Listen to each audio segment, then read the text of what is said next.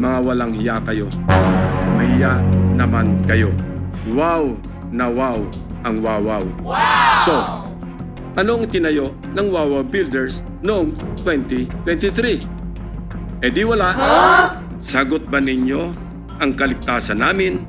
At sigurado bang tuloy-tuloy ang laban hanggang sa dulo? Gentleman from the great province of Cavite, Senator Panfilo Ping Lacson, is seeking the floor to deliver his privileged speech. I move that he be recognized, Mr. President. The gentleman from Cavite, the Honorable Panfilo Lacson, is recognized to deliver his privileged speech. You may proceed, sir.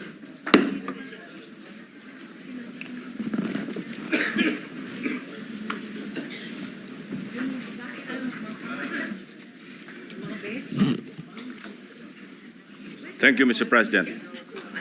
Mr. President, my distinguished colleagues, I rise on a matter of personal and collective privilege to uncover schemes surrounding a systemic problem in our country, one that submerges our nation not just in floodwaters, but in depths of corruption. In the course of our research and investigation, we encountered several words. Their meanings we could not find in the dictionary. So, we looked somewhere else. Alas, we found them in the corruptionary. We have a saying, a leaky roof today is a ruined home tomorrow. Thankfully, President Bongbong Marcos himself has taken decisive steps to plug the leaky roof as a determined follow-through on his striking rebuke and appeal to conscience with his resounding admonition, mahiya naman kayo. Wasting no time after his stern warning during the last SONA against those who misuse public funds, Malacanang established and launched the Sumbong sa Pangulo website last week.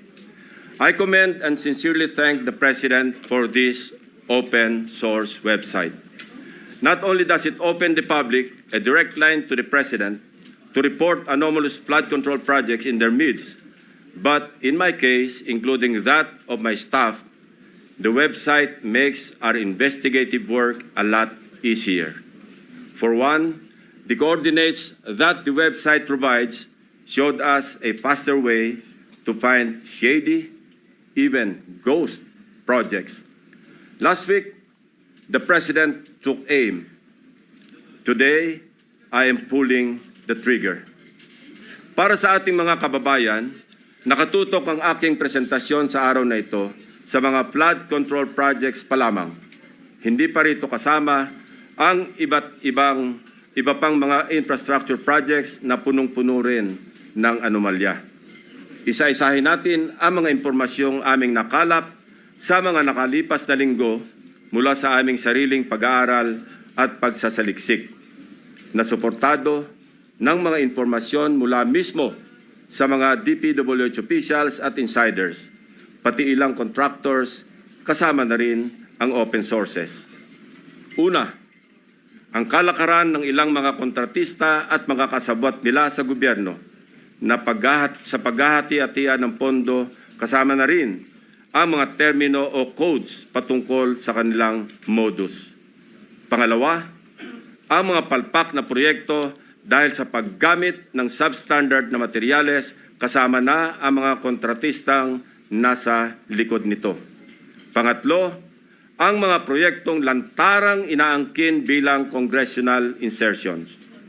Pangapat, ang patuloy na pagbaha sa iba't ibang lugar na narating namin kahit taon-taon ay paulit-ulit na binubuhusan ng bilyon-bilyong pondo. At ang pinakahuli, ang mga tinatawag ng Pangulo na guni-guni o ghost projects na aming nahukay.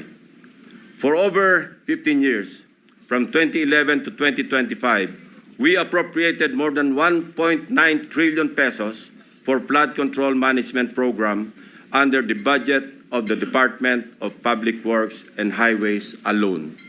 Sa loob lamang ng 3 taon, mula 2023 hanggang 2025, higit 1 trillion pesos ang ating inilaan sa ilalim ng 3 na ipasang budget measures para sa flood control. Halos 53% ng kabuuang pondo sa loob ng 15 taon. When we are speaking in trillions of pesos, we should expect our streets and low-lying communities to be flood-free when the rains pour. Gayunpaman, sa paghagupit ng magkakasunod na habagat at mga bagyong Krising, Dante at Emo, ilang linggo pa lamang ang nakalipas, kasamang winasak at inanod ng baha ang bilyon-bilyong pisong halaga ng mga flood control projects na halos bago at kakukumpleto pa lamang na dapat sana ay nagbigay proteksyon sa ating mga kabahayan at komunidad. Corruption has been so pervasive and systemic that doing so is like a piece of cake. And when I say piece of cake, I mean that funds for a specific project are divided, shares vary depending on greed, big parts swallowed by corrupt operators, both from the public and private sectors, leaving only crumbs for actual project implementation. Mailan pa ngang proyekto, hindi man lang nagtira para sa taong bayan. Ang tawag ng Pangulong Marcos dito, guni-guni o ghost projects. Mr. President, let me illustrate an example of the pie sharing in a severely corrupted project. Nais kong bigyan diin na hindi ito representasyon ng lahat ng kalakaran sa flood control projects sa buong Pilipinas. While the pillaging pattern is relatively the same, the pie sharing varies depending on the level of greed. Ihiwalay muna natin ang mga regular o legal na buwis at insurances na automatic na binabawas sa mga proyekto. 5% value-added tax, 2% withholding tax, 1% para sa bonds and insurances at 1% materials testing. Ibawas na rin natin ang allowable contractor's profit na 8 to 10%. Halimbawa, sa 100 million piso na pondo para sa flood control project, kung ibabawas ang maximum allowable deductions, nasa 82 million ang matitira para sa proyekto. Pero hindi pa rito nagtatapos, Mr. President. Kakatayin pa ang budget para sa mga lagay, commissions, SOPs at iba-iba pang terminong binubuo para sa shares ng mga korap. Sa mga halos magkakaparehong impormasyon na aming nakalap, ganito kagarapal ang sistema sa hatian ng isang maanumalyang proyekto. 8 to 10% para sa mga opisyal ng DPWH. Swerte na daw kung pumayag ang district engineer na 6% lamang ang parte niya. May ekstrang 2 to 3% pa na parte ang district engineering office kung may sosobra sa contractor's profit. Na-compute na rin kasi ng district engineering office ang tutubuin ng contractor mula sa project at sinisiguro na nila na sosobra ito sa allowable profit para mayroon pa silang kukubrahin. Ang tawag nila rito, reseta. Reseta dahil ang presyo na itinakda ng District Engineering Office ay nakasulat at napagdesisyonan na. Parang gamot, Mr. President, lulunukin na lang ng contractor.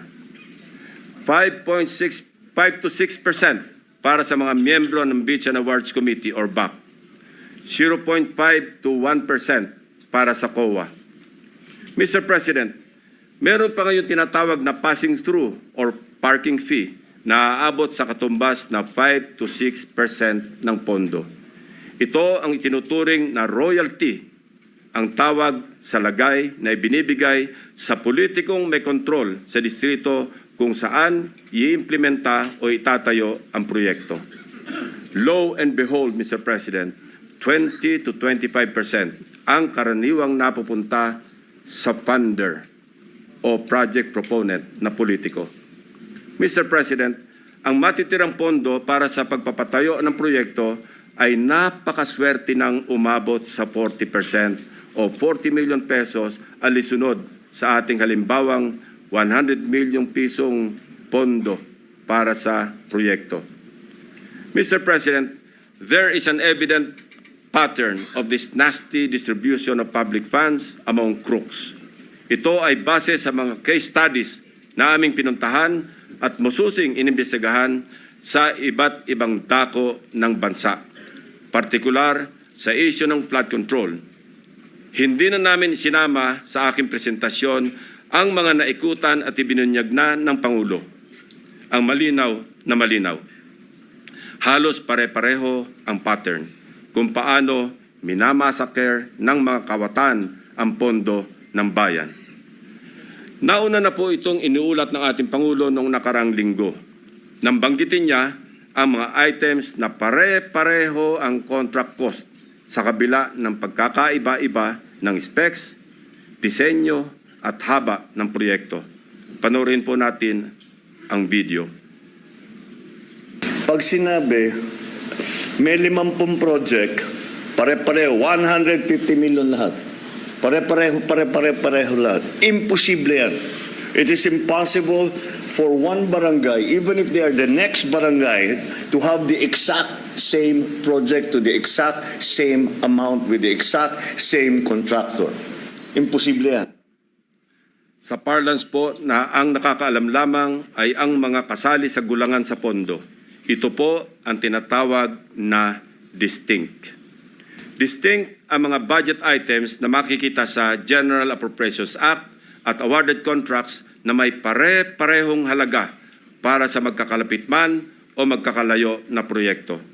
Distinct dahil ayon sa aming mga informants sa loob ng DPWH at kinumpirma ng ilang contractors, coded na budget ito para mayroong pagkakakilanlan ang mga quote-unquote may-ari ng proyekto. Para sa mga nakakaunawa, ang ibig sabihin po ay akin yan. Sa Bulacan First Engineering District na pinamumunuan na magkasunod na tinanggal sa pwesto na sina dating District Engineer Henry Alcantara at ang pumalit sa kanya na si Bryce Hernandez. Napag-alaman naming talamak ang ganitong kalakaran. Bakit? Sapagat ayon sa mga contractors at DPWH officials na nakipag-usap mismo sa akin at aking staff, ang dalawang ito ay halos pareho lang ang pagmamahal sa pera. Napabalita pa nga kamakailan na ang isa sa kanila ay nakakapagpatalo ng 100 milyon sa isang kasino dito sa Metro Manila. Mr. President, sa District Engineering Office na ito, sa ilalim ng pamumuno ng dalawang nabanggit na opisyal, para sa taong 2024, 28 proyekto ang pare-pareho ang pondo kahit magkakaiba ang specs, disenyo at haba. Distinct. Babalikan po natin, Mr. President, mamaya ang lalawigan ng Bulacan na aming maituturing na pinaka-notorious pagdating sa anomalya ng flood control projects base sa aming mga findings. Unahin muna natin ang kaso ng questionabling flood control project sa lalawigan ng Pampanga. 4 years now, the riverbank mitigation project in Candating, Arayat, has been the face of a failed flood control project.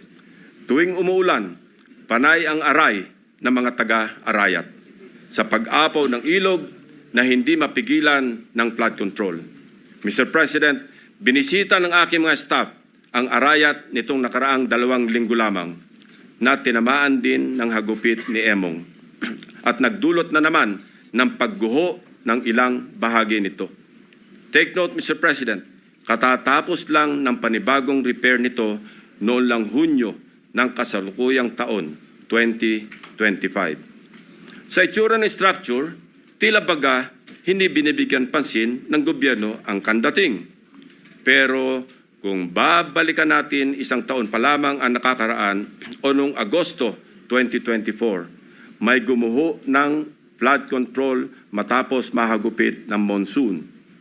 Mr. President, a review of the budget books shows that we started funding the construction, rehabilitation of slope protection along Pampanga River, Candating, Arayat, Pampanga, way back in 2018? Let me give a rundown. In 2018, we already spent 20 million pesos on a project for the construction, rehabilitation of slope protection along Pampanga River, Kandating Section, Arayat. Kalaunan, nasira. Since then, it has become a cycle. Mr. President, we used the people's tax money to repair it in 2023 for a contract price of 91.6 million pesos. It was repaired again by another year's tax money in 2024. This time, not once, but twice, 91.8 million for Phase 1 and 91.4 million for Phase 2.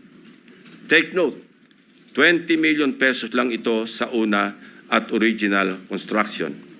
If the original construction cost was only 20 million pesos in 2018, why did the repair cost balloon to 350% or 91 million in 2023 and another 183 million pesos in 2024 or an overall increase of 815%? Aba, at nawili na ang funder ng Edmarie Construction na siyang palaging nananalong contractor sa Kandating, Arayat, Pampanga noong 2023 at 2024. Naglagay pa ulit ng 100 million pesos ngayong taon. Buti na lang, pinigil ng Malacanang ang pag-release ng pondo. Distinct din, but in a very distinct way. As I mentioned earlier, all of these were awarded to the same mighty contractor, Edmarie Construction and Trading. In total, Edmarie bagged 274.8 million pesos in taxpayers' money for the rehabilitation and repair of Kandating na tila hindi nagsasawa sa kare-repair. Hindi lang po yan ang issue ng Edmarie.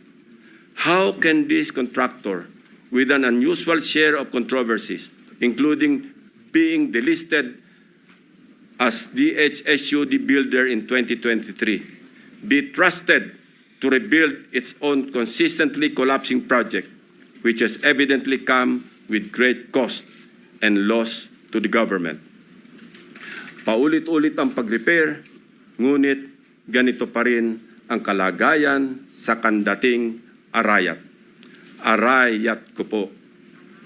Mr. President, magtungo naman tayo sa Hilagang Luzon, partikular sa probinsya ng La Union, kung saan matatagpuan ang Bawang River Basin, na kung saan matindi ang congressional insertions.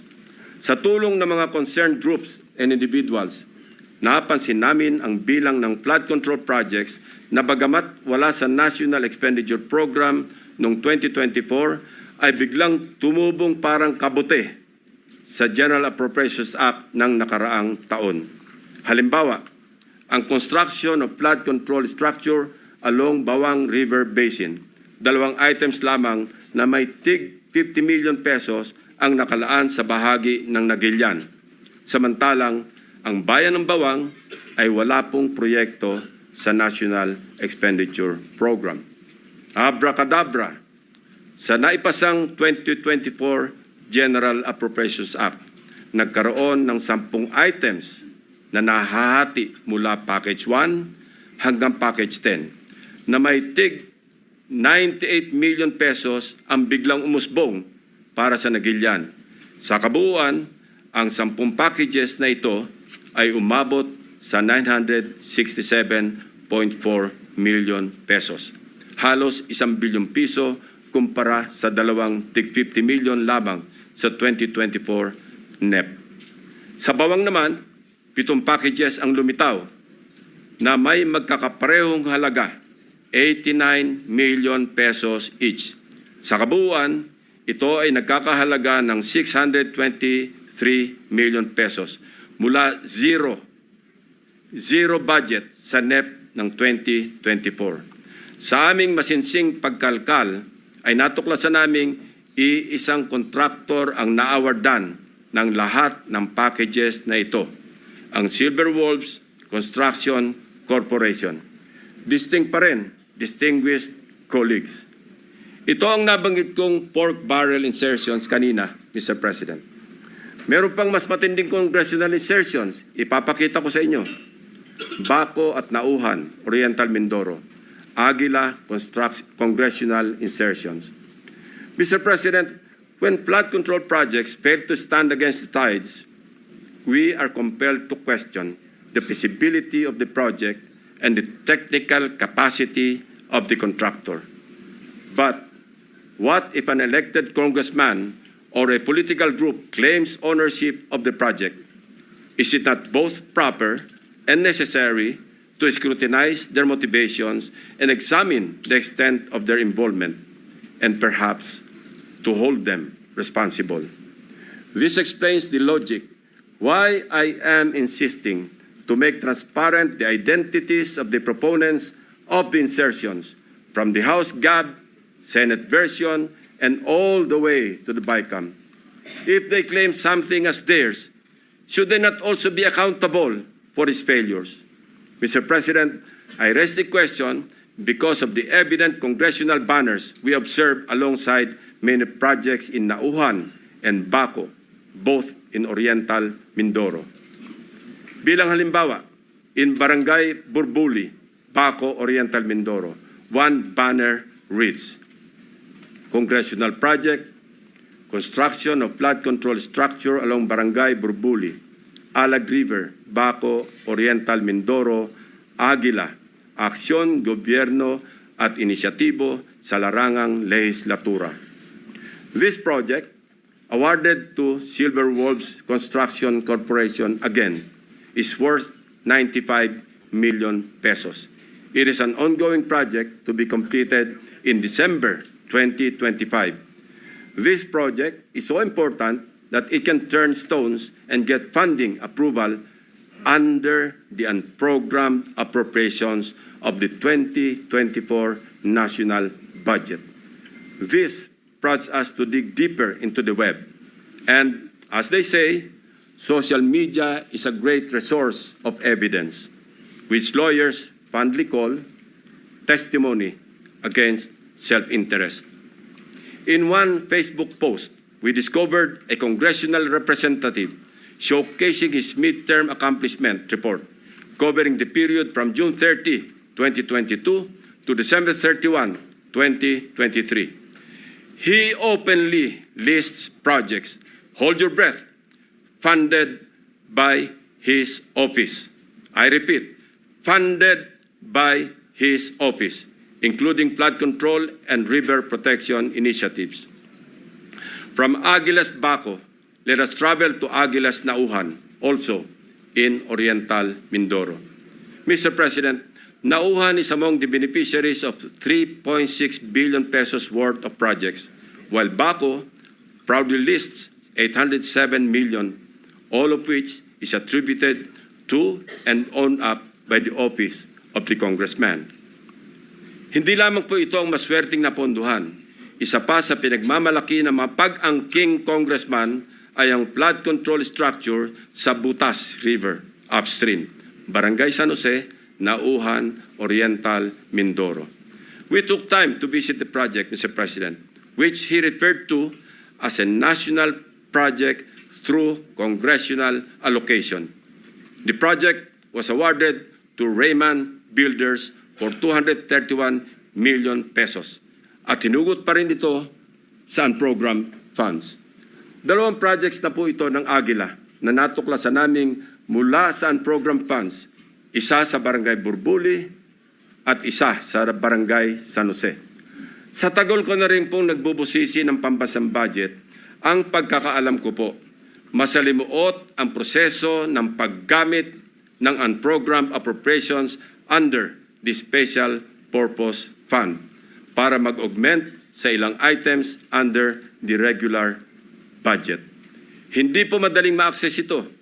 Dapat A, may excess revenue collections, or B, new revenue collections, or C, those arising from new tax or non-tax sources, or D, approved loans para sa foreign assisted projects. Mahaba din ang requirements dito, Mr. President. So, Ano kaya ang taglay na agimat ni Congressman? What gives, Mr. President? Kung saan may multimillion projects, dumadapo ang agila. Pero lubog pa rin sa baha ang nadadapuan ng agila. Isa lamang po ito sa napakaraming banners at social media posts ng congressional insertions ng mga politiko na naglipana sa iba't ibang bahagi ng bansa. Mr. President, ituloy na po natin ang diskusyon tungkol sa aming mga obserbasyon sa lalawigan ng Oriental Mindoro.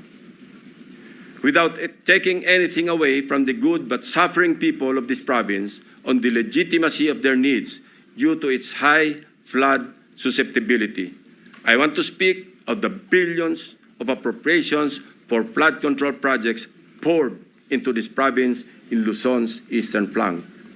Mr. President, when someone gets the largest share of the pie, we naturally ask why, especially if such a prize comes from the taxpayer's tab. In Oriental Mindoro, for example, we wonder why among its 14 municipalities, one town tops the bill. Sa pagsalo ng buhos ng pondo, nauna ang Nauhan. Nauhan, Oriental Mindoro received a sweeping 55% of the province's 2025 flood control budget. Katumbas ito ng 10 bilyong piso para sa flood control projects ng bayan ng Nauhan pa lamang. Fair enough, given the coastal topography of the municipality, which includes its lowland plains and extensive river systems such as Mag-asawang Tubig, Nauhan, and its people badly need flood control interventions. However, the magnitude of its budget allocation in the last 3 years alone, amounting to approximately 19 billion pesos and nearly doubling each year, raises concerns regarding Nauhan's curious case.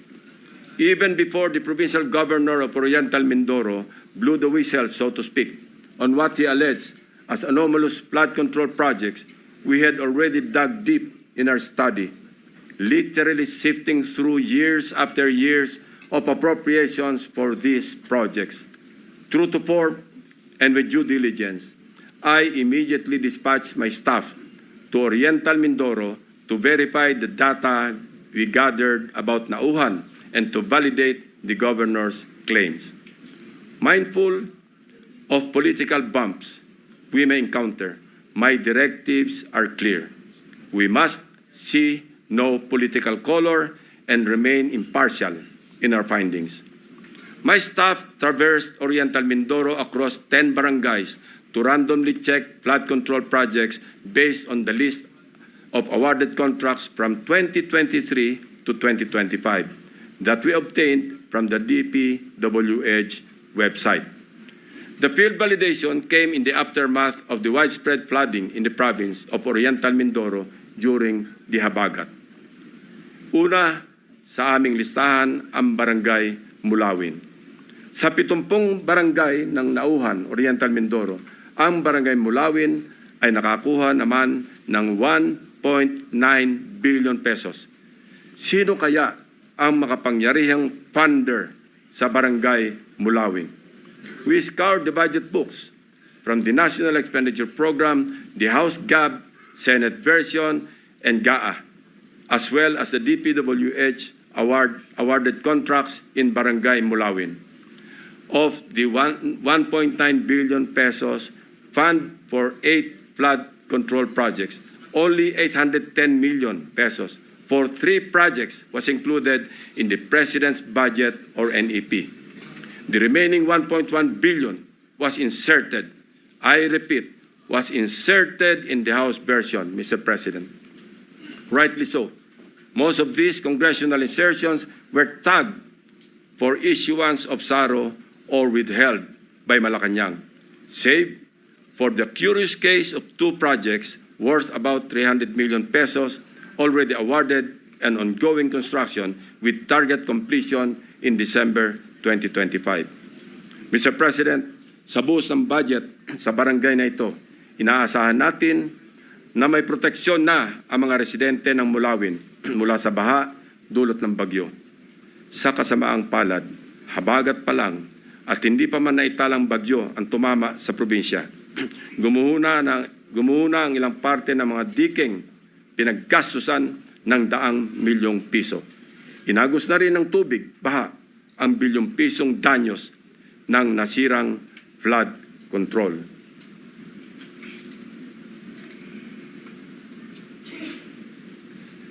Ito mismo ang parehong barangay na gustong inspeksyonin sana ni Governor Dolor noong nakaraang Sabado lamang, kung saan napabalita ang pagharang sa kanya ng security personnel sapagkat ayon daw sa kontraktor ng proyekto, kinakailangan ng written approval mula sa DPWH bago makapasok ang sinuman sa construction area. Mabuti na lamang, napuntahan na rin po ng aking team ang di umano'y restricted area na ito noong unang linggo pa lamang ng Agosto. Actually pinagbawalan din ang aking staff na lumapit sa proyekto. Pero sapat na ang kuha ng aming drone upang makita ang mga depekto ng construction dito.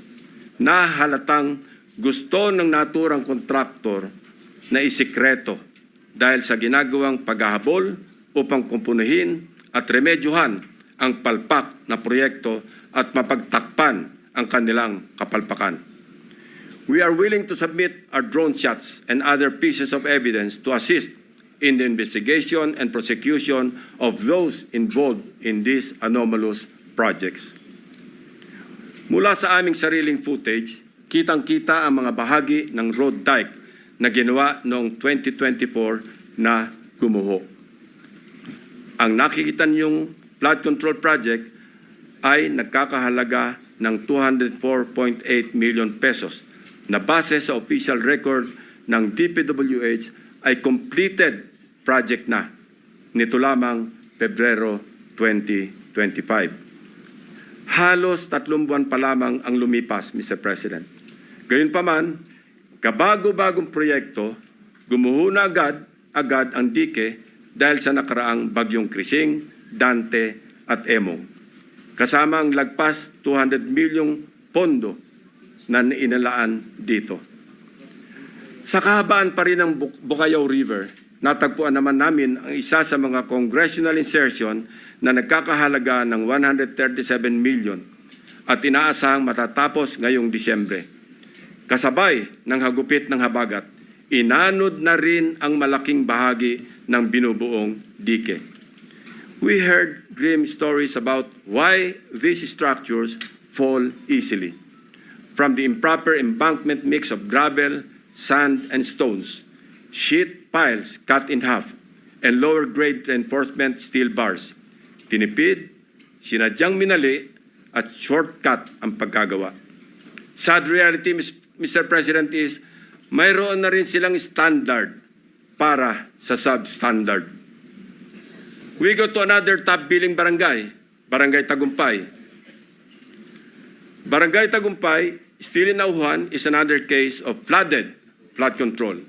Sa taong 2023 at 2024, halos abot kamay na ng mga taga-barangay Tagumpay ang Tagumpay na layunin nitong maging ligtas sa mga pagbaha dahil sa halos 2.55 billion piso na pondong nilaan dito. Binubuo ito ng 10 proyekto sa paggawa ng road dike sa mag-asawang Tubig at Bukayaw River. Sa ulat ng gobernador na bineripika ng aking mga staff, ang mga bahagi ng bilyones na proyektong ito, 2 beses na pong nasira ngayong taon. Ang pinakamalala nitong nakaraang bagyong Emong. Sa mga larawan o video nakuha ng aming team, kapansin-pansin nga naman na imbes na graba, buhangin at simento, buhangin ang laman ng structure na ito. Kaya naman, ayon din sa mga residente, sa sandaling magkabutas, mabilis na pumapasok ang tubig at kinakain ang ilalim. Sa aming pag-imbestiga, hindi rin daw di umano masusunod o nasusunod ang dapat na lalim ng pagbabaon ng mga sheet piles na magiging suporta ng buong road dike. Isa pa sa nakita namin, ang Barangay Inarawan na dumanas rin ng pagguho ng bahagi ng river dike. Sa aming pagsisiyasat, isa ang barangay na ito sa pinakamaraming buhos ng proyekto noong 2023 at 2024. Tumabo po ito ng 1.764 bilyong piso para sa construction ng road dike sa kahabaan ng mag-asawang tubig. Sa lahat ng proyektong nilaan sa Barangay Inarawan, tanging ang SunWest Incorporated ang nakakopo ng mga proyekto.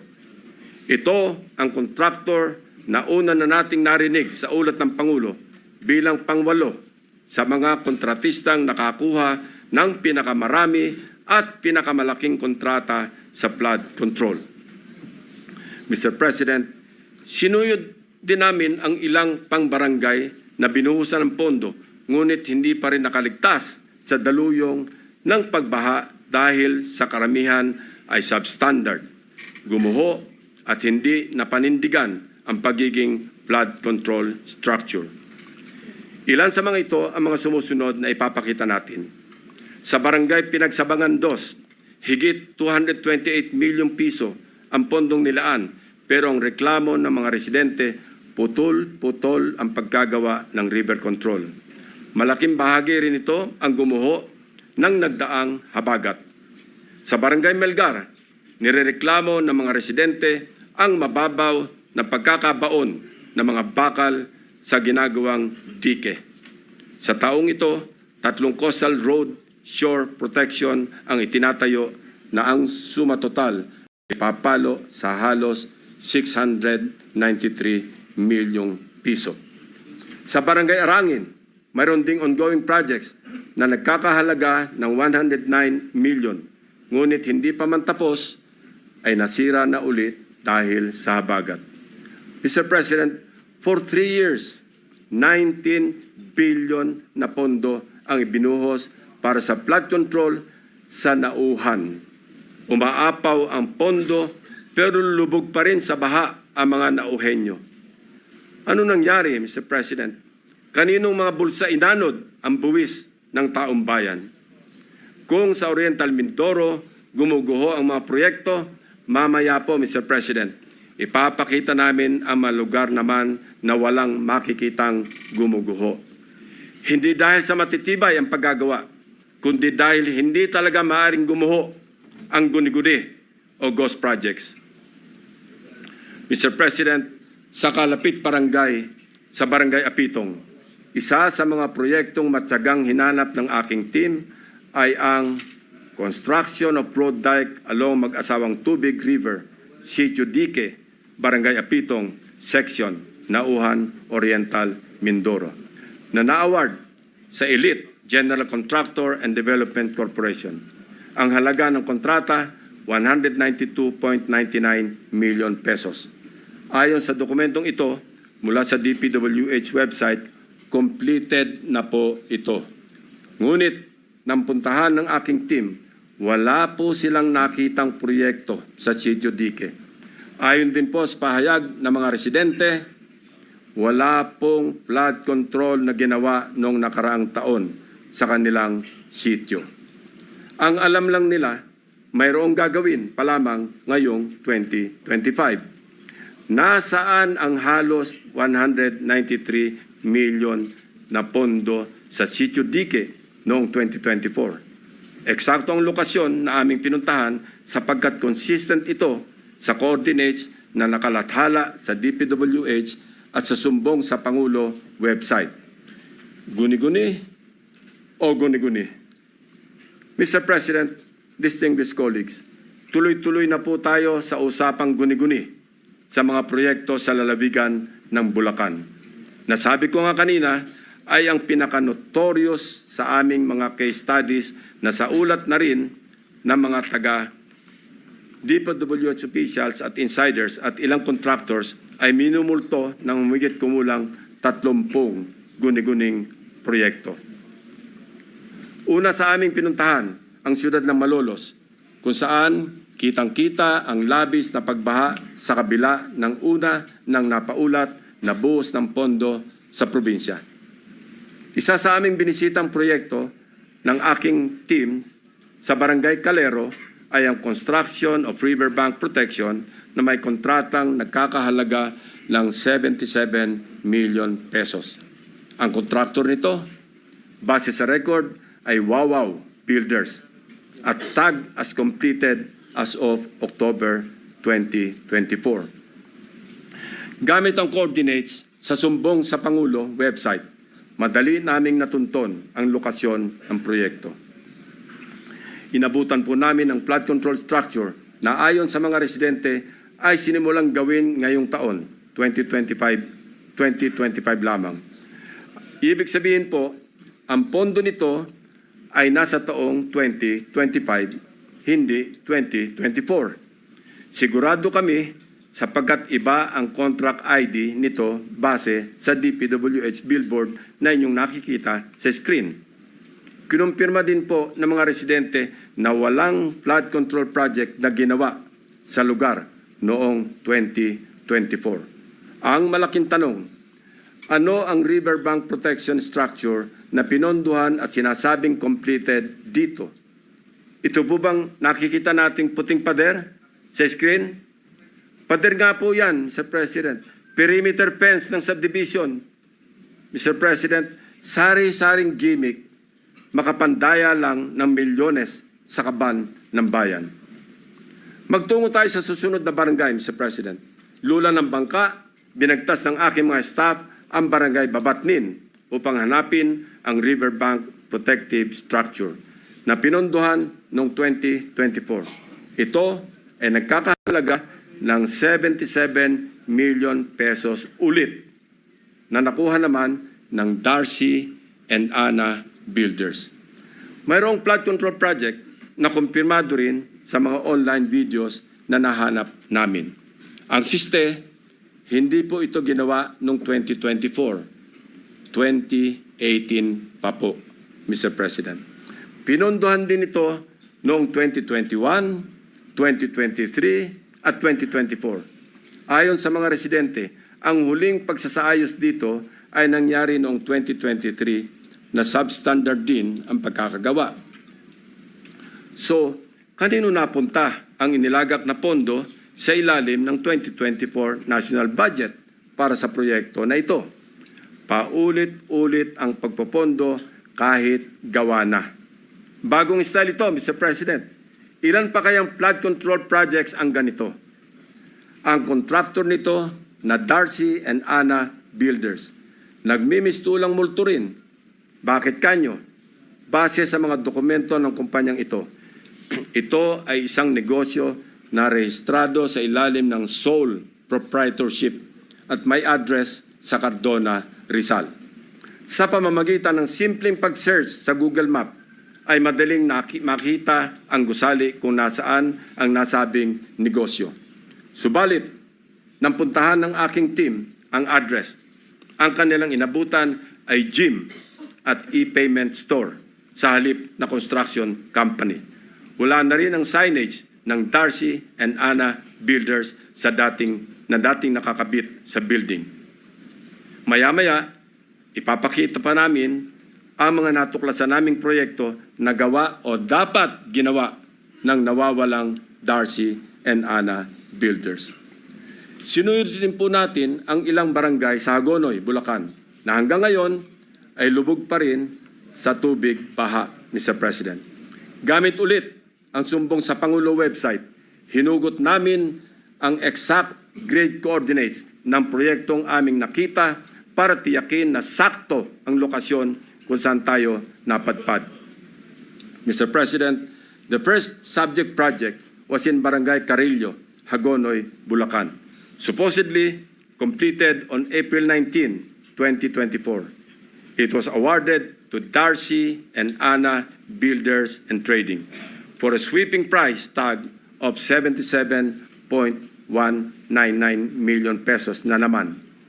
Mr. President, gusto po ba ninyo makita ang itsura ng isang 77.199 million pesos worth na riverbank protection structure. Tingnan po natin. Nasaan na nga ba? Ewan ko, Mr. President, dahil wala tayong makita. Kahit ano pang suyod ang gawin namin, hindi namin makita o mahagilap ang flood control project ng Darcy and Ana Builders. Hello, Darcy. Ang Ana and Ana, nasaan ang flood control? Tumawid naman tayo sa barangay Abulalas, sa bayan pa rin ng Hagonoy.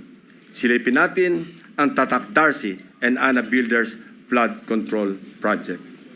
Sinuong ng aking team ang baha sa barangay Abulalas, Hagonoy para hanapin ang proyektong construction of riverbank protection structure mula sa Darcy and Ana na nagkakahalaga ng 77.199 million pesos na naman.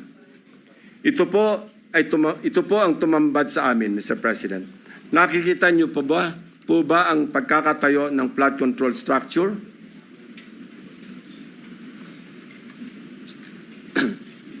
Hindi niyo po talaga makikita, my dear colleagues.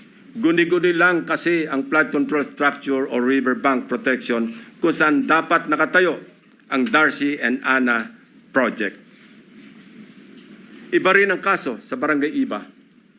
Tinungo namin ang proyekto Riverbank Protection Structure sa Barangay Iba ng Wawaw Builders na natapos na dapat noong Oktubre 2024. Ang presyo ng proyekto, 77.199 million pesos na naman. Pagdating ng aming team sa exact coordinates, mayroong kasalukuyang tinatayong istruktura. Ang bonus, may kasama pang pumping station. Pero ang ginagawang proyekto, hindi ang Wawaw project. Sa mismong lokasyon, kung saan dapat nakatayo ang Wawaw Riverbank Protection, ang nakabalandrang contract ID ay ang ongoing project ng isang First Star Builders Contractors para sa flood mitigation structure with pumping station and floodgate na ang presyo ay papalo sa 92.54 million pesos. Mr. President, nawawala ang Wawaw project at mukhang gusto pang pagtakpan ang ghost project na ito, kaya nagmamadaling magtayo ng bagong struktura sa eksaktong project location kung saan dapat matagal nang may flood control. Wawaw ang binisita, First Star ang dinatnan. Wawaw ang hinanap, First Star ang natagpuan.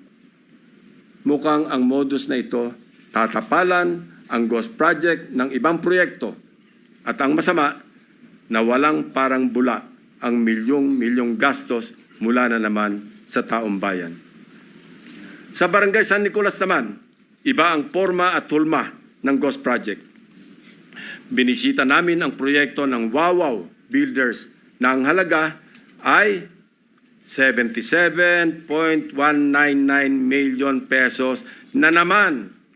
Ang nasabing proyekto, sinimulan daw noong Pebrero at natapos noong Disyembre 2023. Pero sa aming pagsisiyasat, 2017 pa lamang ay mayroon ng flood control sa lokasyong tinuro kung nasaan ang Wawaw project.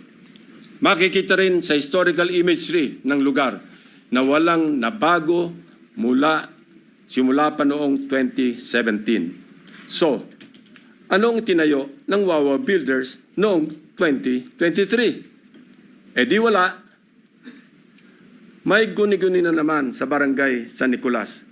Wow na wow ang Wawaw.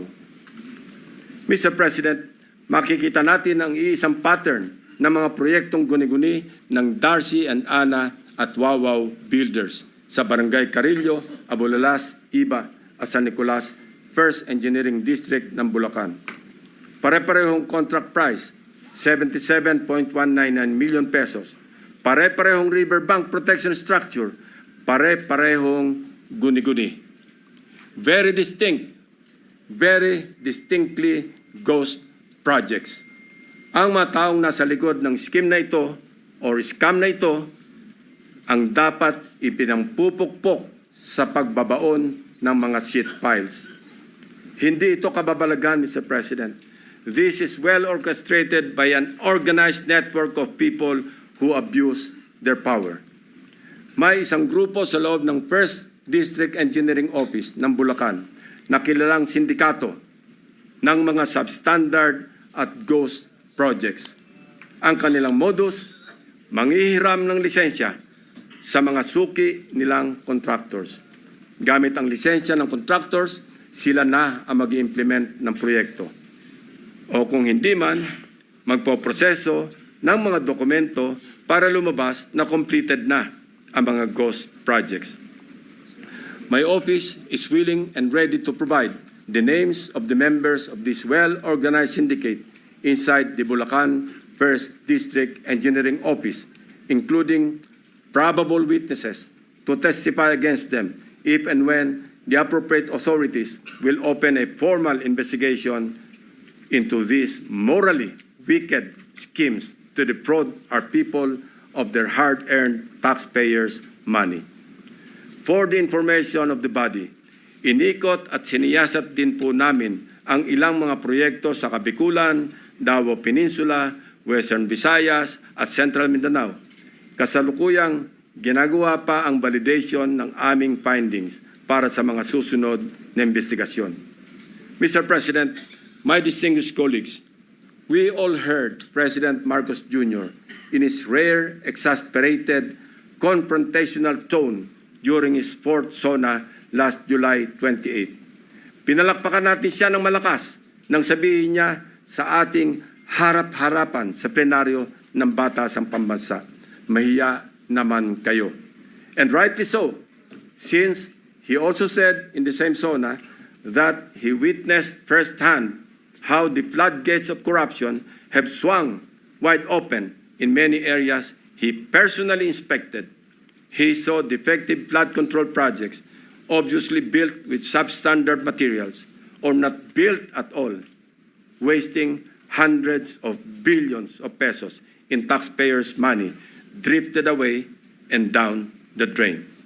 And all this, Mr. President, went straight to the pockets of the insatiably greedy, so vile, so greedy, and corrupt to the core politicians, DPWH officials, and contractors, conniving among themselves, unmindful of the lives lost and the properties destroyed, all for their lust for money.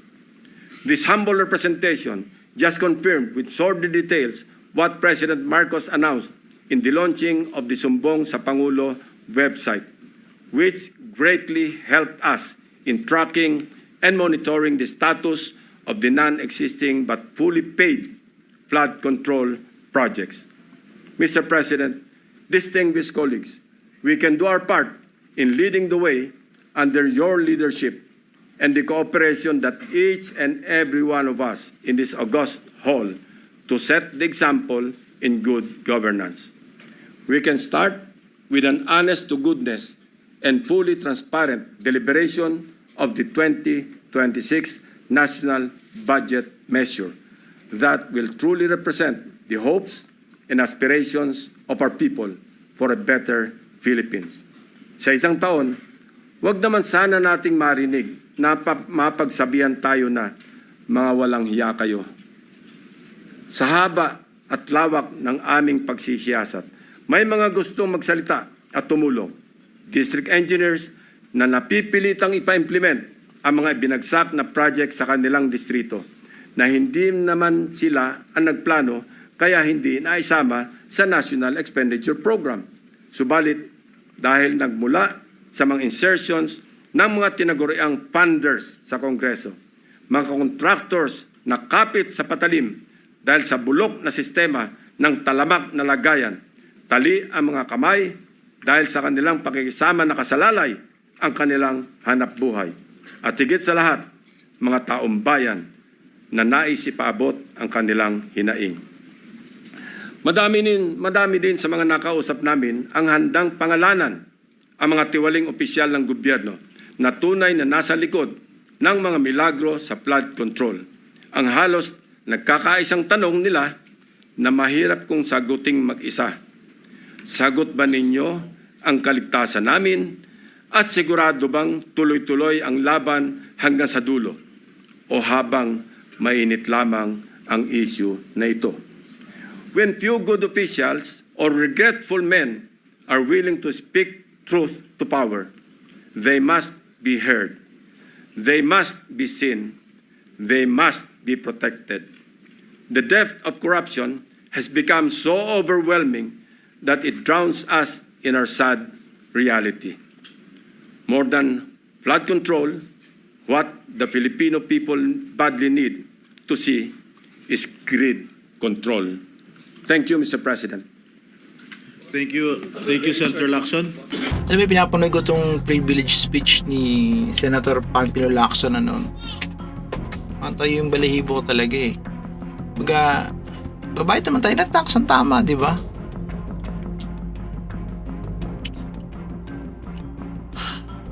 So, commendable kasi yung ano ni Senator Panfilo Lacson dahil si Panfilo Lacson ay walang pork barrel. Wala yung pork barrel. And no wonder hindi ito naging presidente nung nakaraan tumakbo itong presidente. And nakakalungkot lang talaga ang Pilipinas. Wala na talaga tayong patutunguhan. We're talking about billions, even trillions pinag-uusapan dito. And yet, wala nang pag-asa.